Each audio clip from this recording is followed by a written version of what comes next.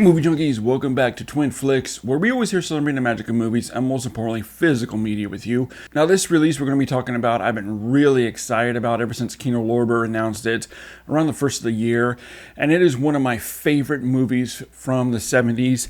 From the master himself, Sidney Lumet, comes his masterpiece, Serpico. And I believe it was 2013 when Paramount released their Blu-ray edition of Serpico, and it was a fine release. It looked good. I didn't really have any complaints. However, I did hear that it has some of the wrong color grading that we're going to get into in the review. Now, the new 4K UHD that's released by Kino Lorber, it has a new 4K restoration sourced from the original 35mm negative, forming a new native 4K DI, and it is produced by Paramount Pictures. It also includes HDR10 and Dolby Vision. Now, again, this is released by Kino Lorber, and as I said, it's produced by Paramount Pictures, meaning that Paramount Pictures went in and did the 4K restoration, while Kino Lorber did the HDR10 Dolby Vision color grading and released the film. And as we all know, Paramount can be really hit and miss sometimes with their 4K restorations. Sometimes they can look great, absolutely gorgeous, and breathes whole new life into the film, like with the Star Trek movies. Other times they can be really, it looks like they didn't pay any attention at all to giving a film a good 4K restoration. So we're going to take a look at the differences here between the 2013 Blu-ray and this new 4K UHD, get into all the improvements, the benefits, and the corrected color grading. So let's get to it.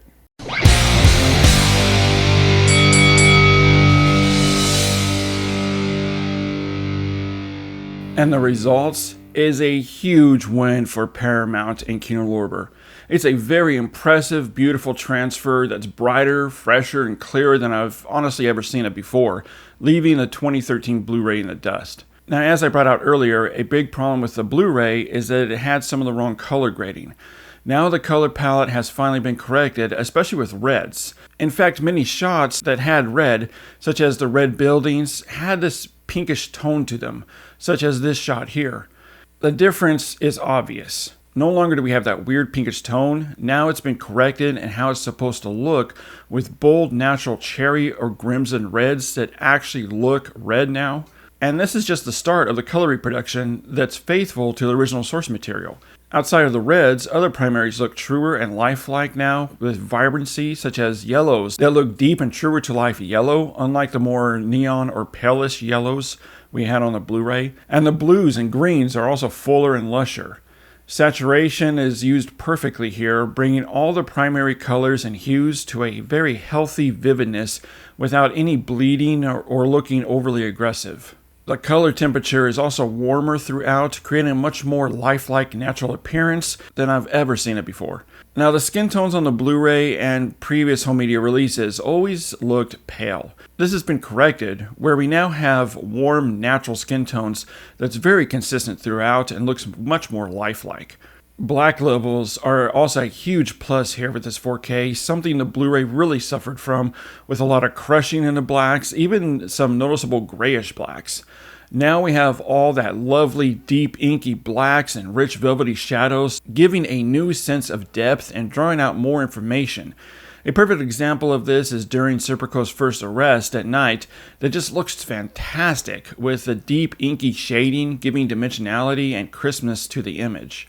And this is just a sample of what the rest of the 4K has to offer.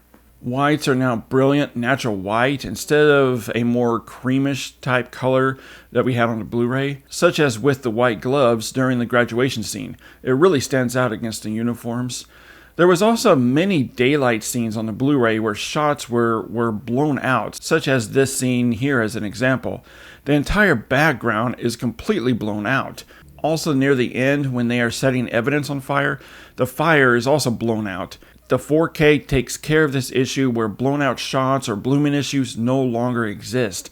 Now these same shots look warmer and much more lifelike. Details and texturals are also impressive, with finer lines and a razor sharp image with zero artificial sharpening. It's all on full display now, with all the trash, grime, graffiti that litters 1970s New York. Also lines and imperfections on bricks, buildings, and walls. Even the tile in the subway, cracks on sidewalks are all clearly visible now, along with graffiti, signs, the $300 written on the corner of the envelope, even down to license plates are all clearly legible now, while on the 2013 Blu-ray, they were all slightly blurry. Facial close-ups are also outstanding, seeing imperfections, wrinkles, pores, Serpico's increasing facial hair throughout the film. Just all looks incredibly sharp and defined. Objects are also covered in detail with plenty of activity in the backgrounds, in the city streets, rooms, even down to details and textures of walls, and also guns that also have a nice shine to them that's pretty impressive. The 2013 Blu-ray also had problems with very inconsistent grain structure, not here with this 4K.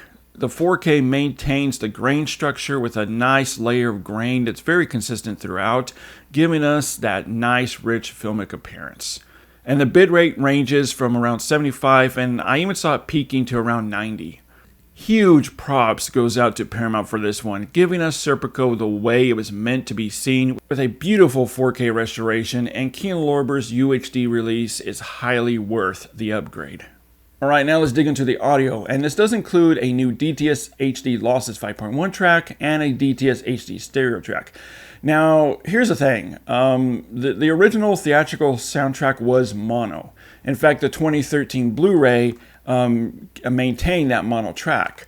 So I'm not exactly sure where they sourced it from to beef it up to stereo, much less 5.1, and I haven't been able to find any information on it. So if anyone out there that's watching this knows, let me know in the comments, because I'm really curious about that. That said though, both tracks sound great. I will say that I did stick with the stereo track on this one because it just sounded more effective, more efficient, and tighter, that complemented the era of the film better. Sound effects and music being very well balanced and never overpowering the dialogue that is also crystal clear. Also, there was some nice panning there in the stereo speakers. As for the 5.1 track, while it is a very good mix, it's also extremely front-end heavy, leaving the surround channels more for very light ambient and atmospheric sounds, such as little sounds we hear during the busy city streets, and also the film score. But the surround channels are very minimal. Very little really comes out of the rear channels, so using the 5.1 almost feels completely useless. Almost why did they even bother having that 5.1 track on there? But both tracks are very clean and clear without any issues, and levels are on point without any need to play that volume up and down game. Dialogue is free from any hissing or hums. Both tracks complement the image quality very well, and which one to choose from really is going to come down to personal preference. But like I said, I did stick with the stereo track. It sounded tighter and really complemented the era of the film better. Alright, so my score for Kino Lorber's 4K UHD release of Serpico, I'm giving the video a resounding 5 out of 5. It looks absolutely beautiful and really makes the previous Blu-ray look dated now. As for the audio, I'm going to give it a 4.5 out of a 5. Again, the stereo track is what you want to stick with. The 5.1 track sounds good too. I didn't really have any problems with it. It just seemed kind of useless because you didn't really hear anything out of the surround channels.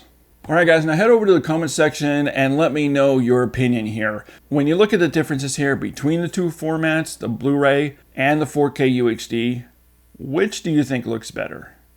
Head over to the comment section and let me know.